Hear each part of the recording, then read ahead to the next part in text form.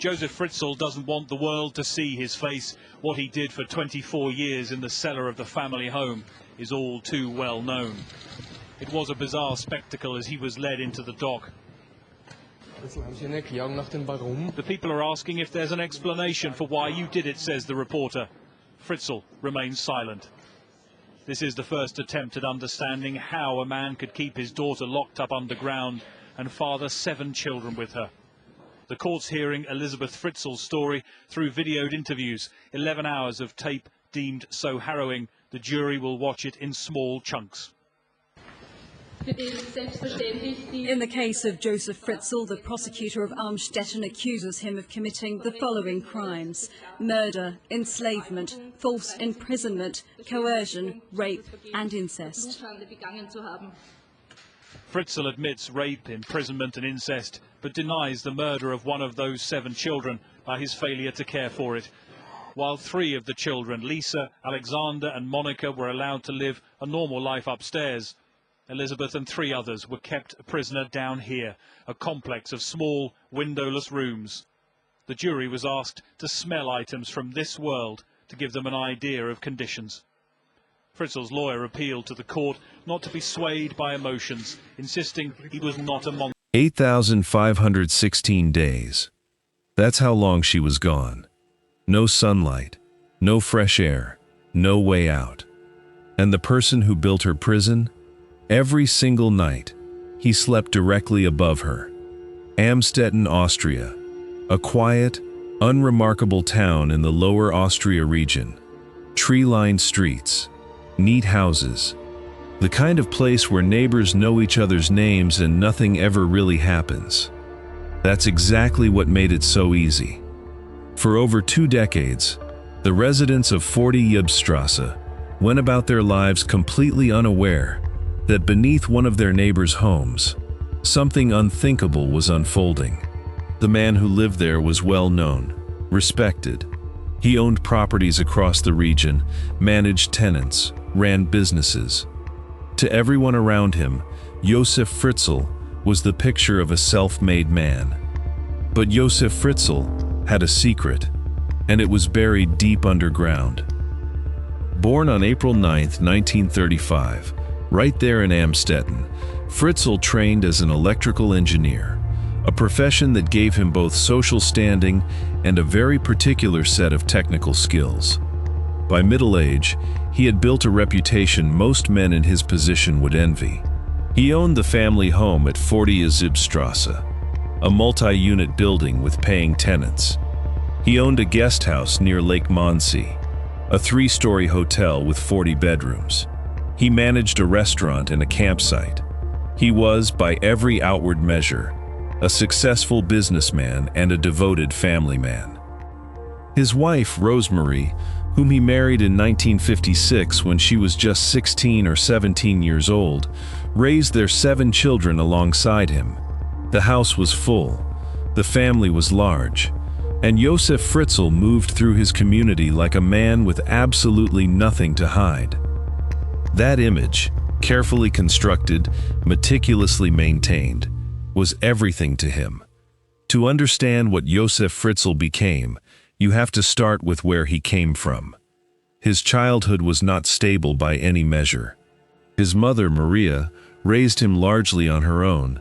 His father left for the Eastern Front during World War II, was captured by Soviet forces, and did not return until 1948.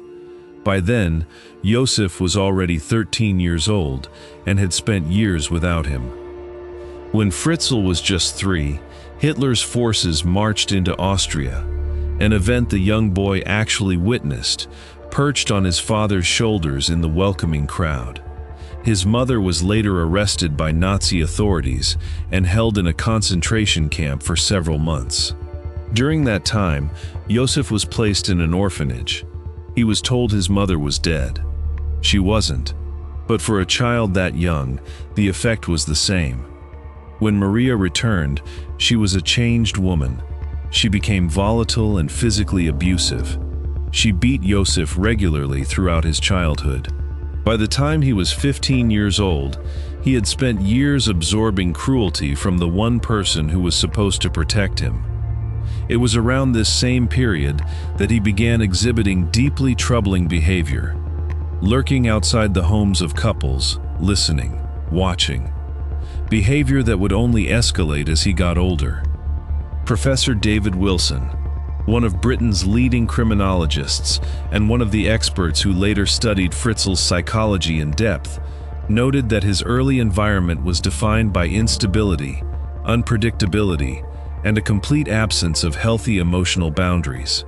Fritzl learned very early that control was something you took, not something you earned.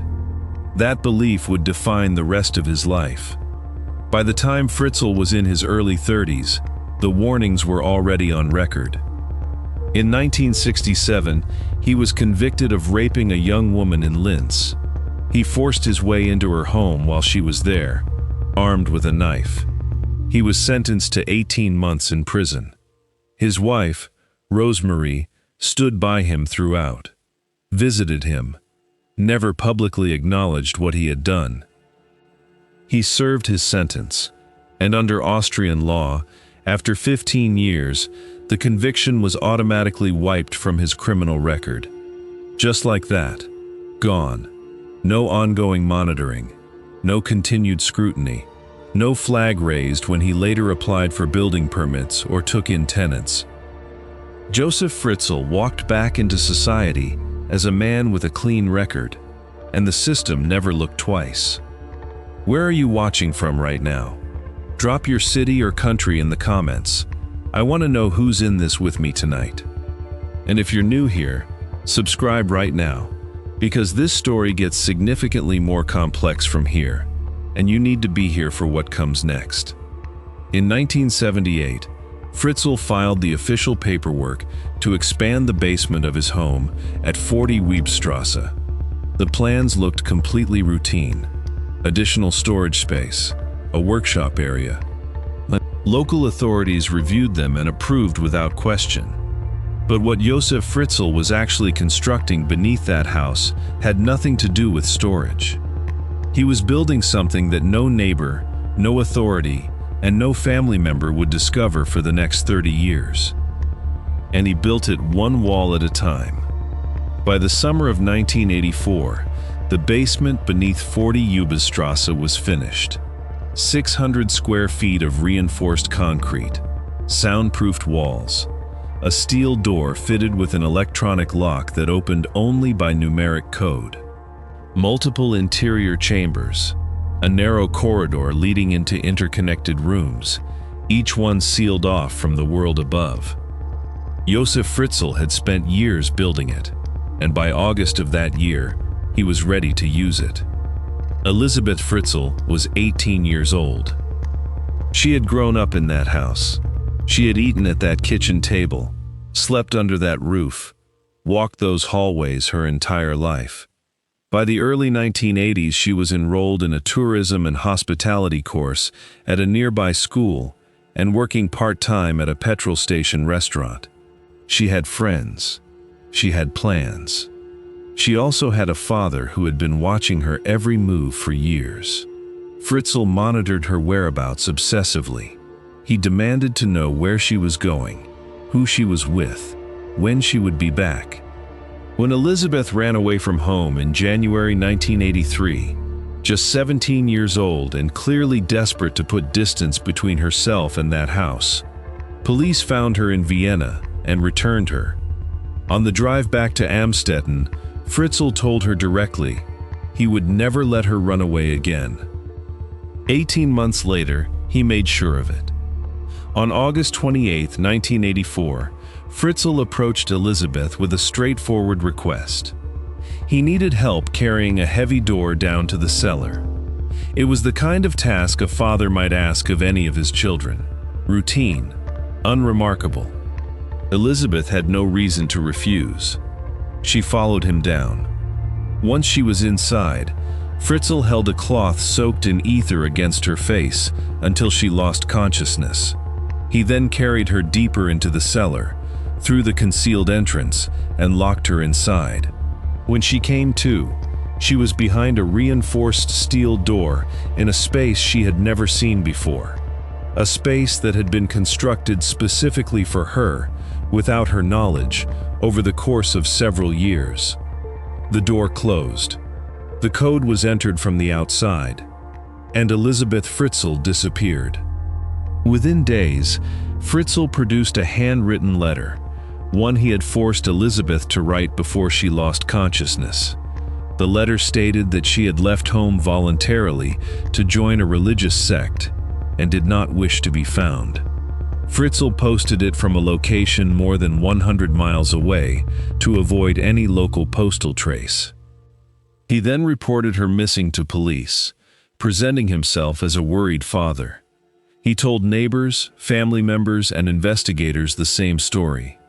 Elisabeth had always been troubled, always a runaway. She had joined a cult. She didn't want contact. The story held. Local journalist Mark Perry received a call from police asking for help publishing a photograph of the missing girl. He ran the piece. The cult narrative circulated, and without a single piece of evidence to suggest otherwise, Elisabeth Fritzl was filed away as a young woman who had chosen to leave. No one looked further. No one pressed harder.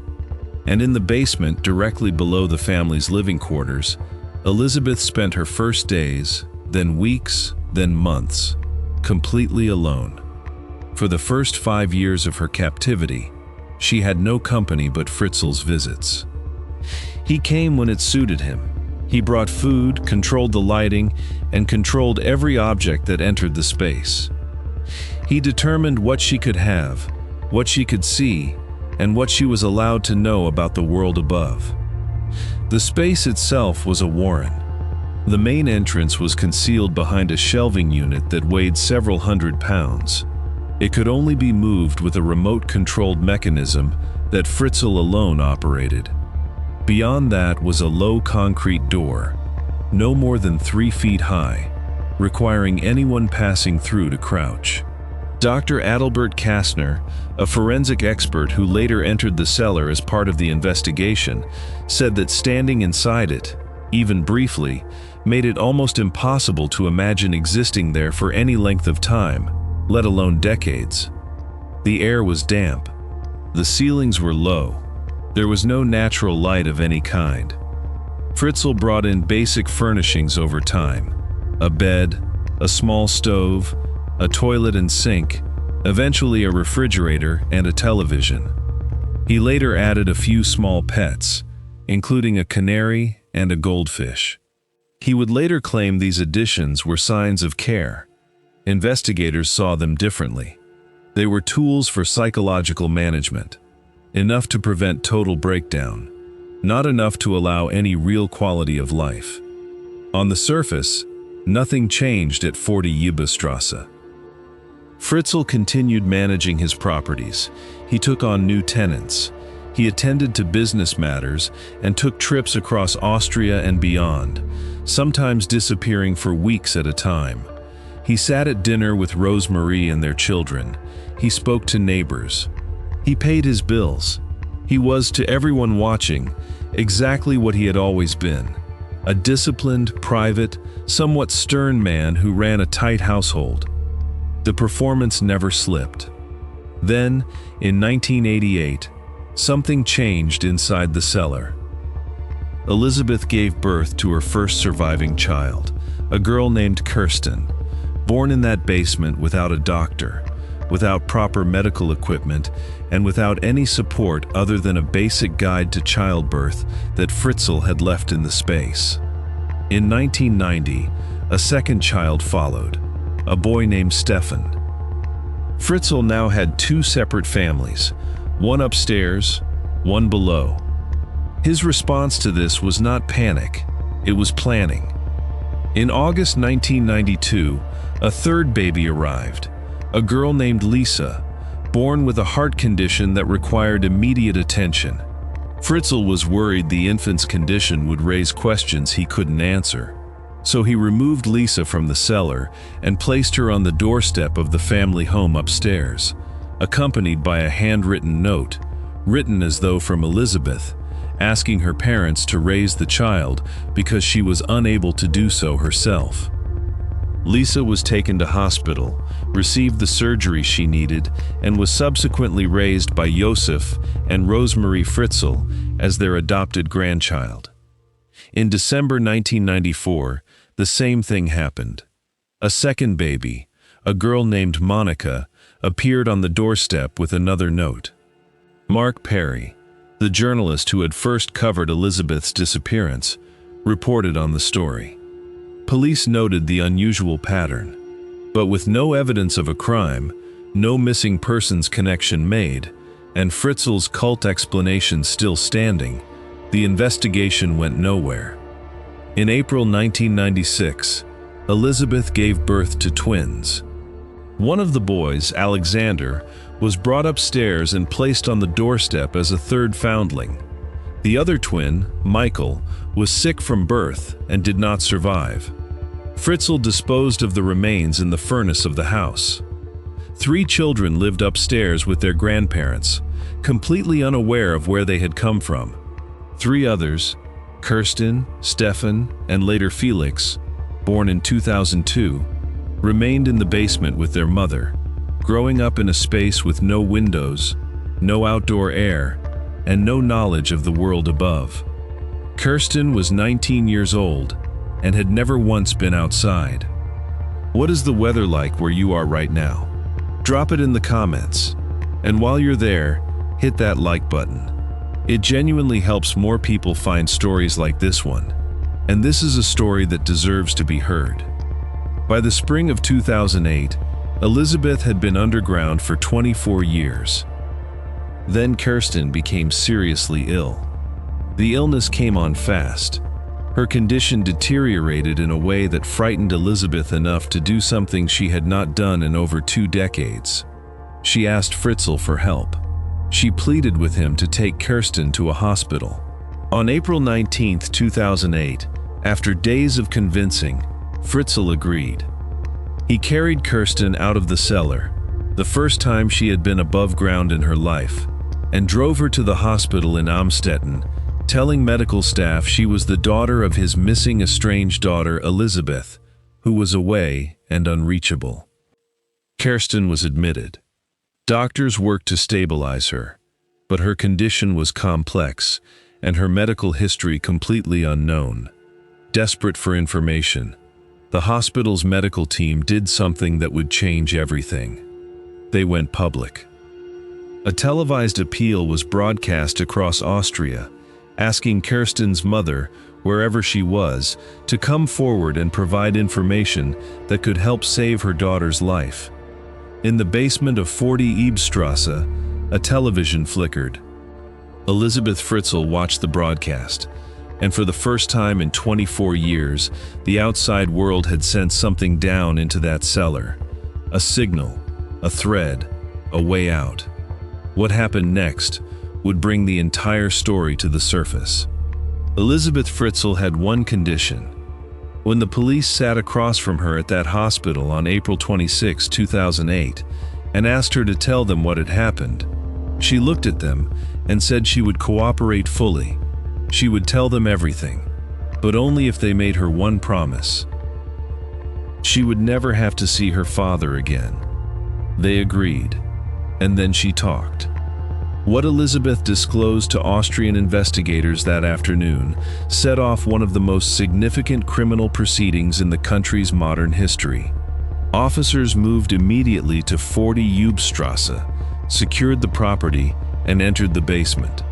What they found confirmed everything she had told them, and in some ways went beyond what even they had prepared themselves for. Josef Fritzl was taken into custody the same day. He was 73 years old. The following morning, April 27, 2008, Colonel Frank Power stood before a room packed with journalists and delivered a press conference that stopped Austria cold. He announced that a man in Amstetten had held his own daughter captive in a purpose-built underground space for 24 years. That 3 children had been born and raised in that space. That 3 others had been placed on the family's doorstep over the years, under false pretenses, that the woman at the center of it all was alive. Within hours, Amstetten was overrun. Hundreds of journalists descended on the quiet town from across Austria and from around the world. Satellite trucks lined the streets. Camera crews set up outside 40 Jubstrasse. The neighbors who had lived alongside Josef Fritzl for decades stood in the street, visibly shaken, struggling to reconcile the man they thought they knew with the details emerging from that press conference. One word kept appearing in every interview, every report, every reaction: unbelievable. The disbelief was real, but so was the evidence. Stefan and Felix, the two sons who had spent their entire lives underground, were brought out of the cellar and into the world for the very first time. Investigators and medical staff who were present at that moment later described it as one of the most striking things they had ever witnessed. The boys were pale, physically weakened from years without sunlight and fresh air, and visibly disoriented by the open sky above them. Felix, who was just 5 years old at the time, pressed his nose against the car window as they drove away from the house, taking in the movement, the trees, the open road, as though the outside world was something he was watching through a screen for the first time. Kirsten, who was still hospitalized at the time of the discovery, had made a specific request during her recovery that stayed with the medical team long after. She wanted to watch a Robbie Williams concert. That was the thing she asked for. A concert she had only ever seen referenced on a television inside a basement. All 6 surviving children, the 3 from the cellar and the 3 who had been raised upstairs, were placed under psychiatric care and moved to a secure facility where the process of reunification and recovery could begin. It was a process that medical professionals noted would take years, if not longer. Fritzl, meanwhile, was in custody and facing a list of charges that reflected the full scope of what prosecutors had uncovered. His trial opened on March 16, 2009, at the regional court in St. Pölten. The charges against him included murder by negligence, enslavement, deprivation of liberty, coercion, incest, and rape. He initially entered a plea of not guilty to the most serious charges, enslavement and murder, while acknowledging guilt on the lesser counts. The prosecution's central piece of evidence was not a forensic exhibit. It was a recorded testimony, 11 hours of video, filmed during pre-trial proceedings, in which Elisabeth described in precise detail what had taken place inside that basement over 24 years. To spare her the experience of confronting Fritzl directly in court, the footage was played for the judges in his presence. The impact was immediate and total. After the court viewed Elisabeth's testimony, something shifted. Fritzl's defense strategy collapsed almost overnight. His legal team announced that he was changing his plea. On March 19, 2009, 3 days after the trial began, Josef Fritzl stood before the court and admitted guilt on every single charge. Enslavement, murder by negligence, all of it. The presiding judges sentenced him to life imprisonment. The breakdown of the sentence reflected the gravity of each charge. Life for murder by negligence, 20 years for enslavement, 15 for the assault charges, 10 for deprivation of liberty, 5 for coercion, and 1 year for incest. Under Austrian law, the sentences ran concurrently, with the life term taking precedence. The court ordered that he be held in a secure psychiatric facility. What does the weather look like where you are right now? Drop it in the comments below. And if this story has stayed with you, share it with someone. Not because it is shocking, but because Elisabeth's survival deserves to be known. Fritzl remained in that psychiatric facility for 15 years. In January 2024, a regional court in Krems ruled that he no longer posed a sufficient threat to remain in a high-security psychiatric unit and approved his transfer to a standard prison. The ruling was seen as a procedural step toward a potential conditional release, something his lawyer, Astrid Wagner, had been actively pursuing on the grounds of his advancing dementia and physical deterioration. That release did not come. In October 2025, the court formally denied Fritzl's application for parole.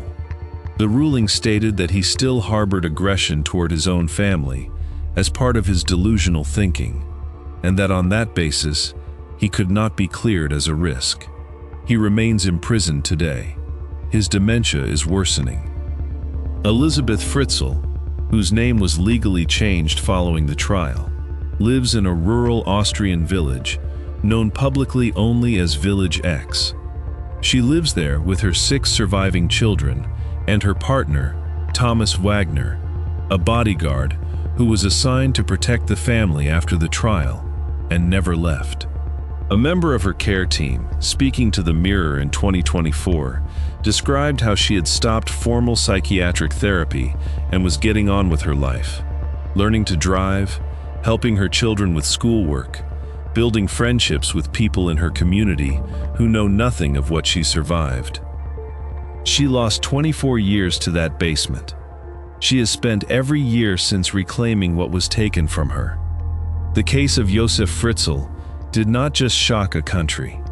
It forced a reckoning within Austria's justice system, its missing persons protocols, its child protection frameworks, and its understanding of how prolonged, hidden abuse is made possible not by elaborate planning alone, but by a community's unquestioning acceptance of a man who worked very hard to appear ordinary. Evil does not always announce itself.